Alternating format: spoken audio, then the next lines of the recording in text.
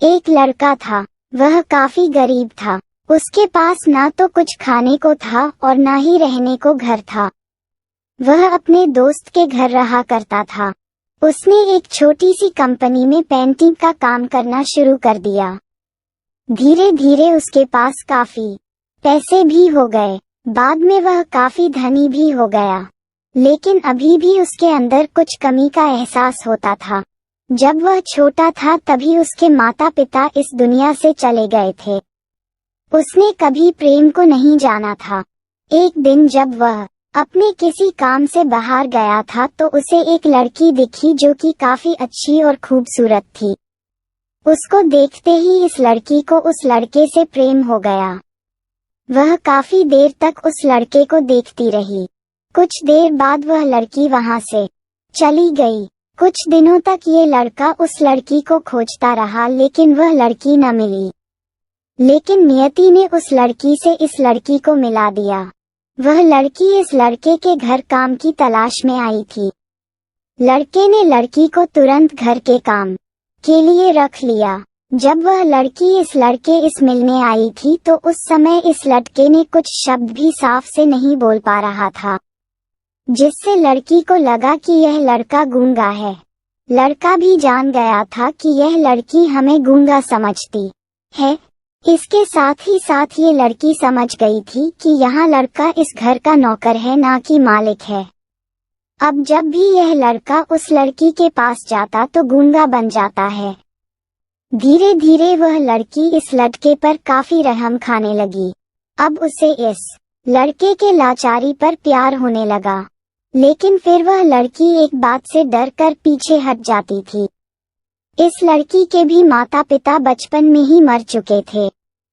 इस लड़की को इसके चाचा ने पाला था और वह चाहता था कि वह जब तक जिंदा रहे ये लड़की उसके खाने और पीने का पैसा दे।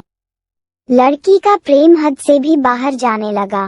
लड़के की एक खांसी पर भी वह लड़की दौड़े उस लड़के के पास पहुंच जाती थी। अब लड़का भी समझ गया कि इस लड़की को मुझसे प्रेम हो गया है। लड़का भी बहुत ज्यादा उस लड़की से प्रेम करता था।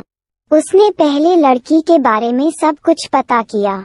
जब उसे सब पता चल गया तो वह बहुत रोने लगा, क्योंकि उसने गूंगे होने का झूठ बोला था। अब वह दिनों रात रोने लगा। लड़की अपने सैलरी में से लड़के की इलाज करवाने को कहती थी। एक दिन सुबह ही उस लड़की को पता चला कि वह लड़का हॉस्पिटल में भर्ती है। वह दौड़ते हुए जब हॉस्पिटल में पहुंची तो उसने देखा कि लड़का बेड पर बेहोश पड़ा है। उसके आसपास काफी मशीन लगी हुई थी। जब लड़की डॉक्टर के पास पहुंची तो वहां पर डॉक्टर ने उसे बताया कि लड़का अब बोल नहीं सकता है। उसने अपनी जीभ को कटाने की कोशिश की है। इसके साथ ही उस डॉक्टर ने उस लड़की को एक पत्र दिया। उस पत्र में लिखा था, मैं एक काफी धनी लड़का हूँ। जिस घर में तुम काम करती हो उस घर की मालिक मैं ही हूँ। लेकिन इसके साथ ही मैंने तुमसे एक बहुत बड़ा झूठ बोला है कि मैं एक गूंगा हूँ। अब इस झूठ का प्रायश्चित करने के लिए मैं ऐसा काम करने जा रहा हूँ।